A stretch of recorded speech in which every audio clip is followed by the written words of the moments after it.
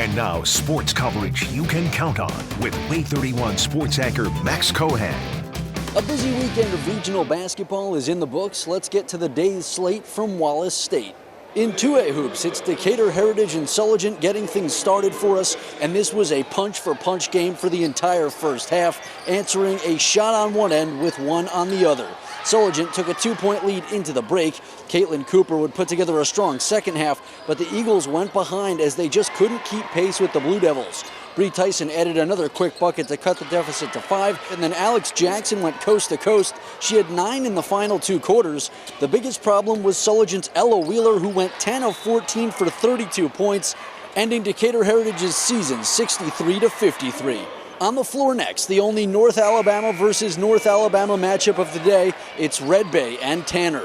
Early on, Tigers big man Lawson Glover was unstoppable, playing like the rim had a magnet on it. He was living in the lane, finishing off his own possessions and cleaning up his teammates as Red Bay built a lead, but Tanner came to play too. Daryl Howard takes advantage of the open space, making a deposit with the bank shot, but a game like this was too good to be contained by regulation. Down 2 in OT, Tylen Hall comes through in the clutch, driving to tie the game with his only bucket of the game. Still tied a bit later, we've got some important free throws. Jarek Thompson drills this one to give the Rattlers a 1-point lead. The Tigers had one last chance, needing a 3 to tie the game, but Cody Carnes can't get the ball to fall, and Tanner lives to see another day, surviving the overtime thriller 50-47. Back down to 1A, where Covenant Christian was looking to roll past Addison. Sierra Cook didn't take many shots Saturday, but made the most of them, tossing this one up and in to give the Eagles a 10-point lead. Covenant star was Ashley Gann, who filled up the stat sheet with 27 points, 6 boards, 2 blocks, and 2 steals. In fact, if she was the Eagles' only scorer, they still would have won the game, as Covenant flies above the Bulldogs 47-26.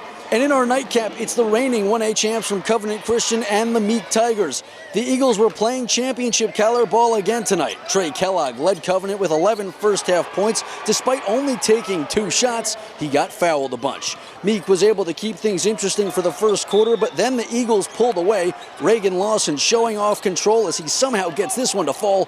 Covenant controlled it in all aspects of the game. They win 49-25. They'll play Shoals Christian for the region title next week.